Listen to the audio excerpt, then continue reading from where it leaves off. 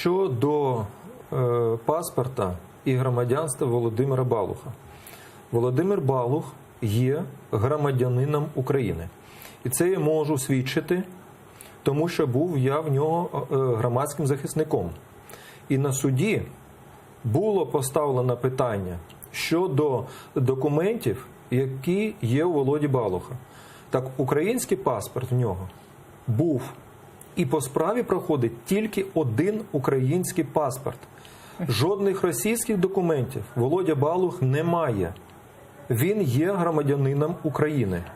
Це перше. Що стосується того, що Володю Балуха 30 діб тримають в штрафному ізоляторі. На це теж треба звертати увагу.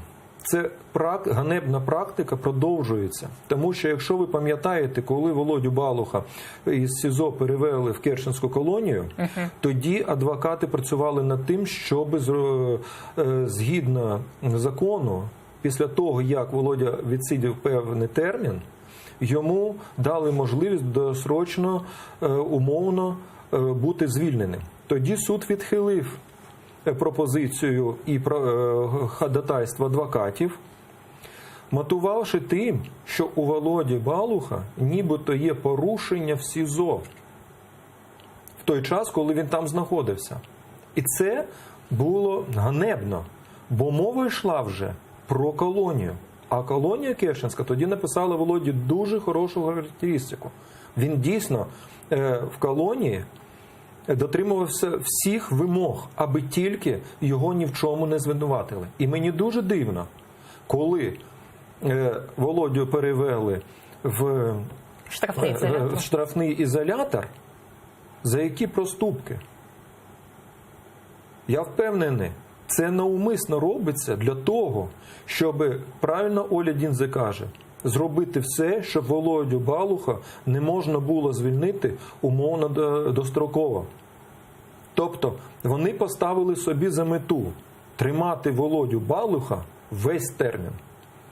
Зверніть увагу, коли суд прийняв рішення щодо терміну, було враховано, що Володя Балух сидів в СІЗО. І згідно російського законодавства, там рахується один день як 2 дні.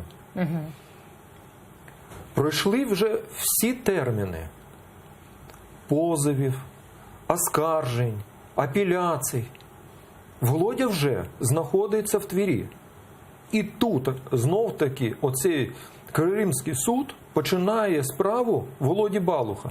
І приймають рішення, щоб Володі Балуха зарахувати всі дні, день за день. Тим самим продовжують термін в часі. А це є порушення російського законодавства. Бо в російському законодавстві чітко сказано, як рахувати цей термін. Тому я вважаю, що це йде знущання, це є тиск, це є ломка, і роблять все для того, щоб Володя не зміг вийти із колонії.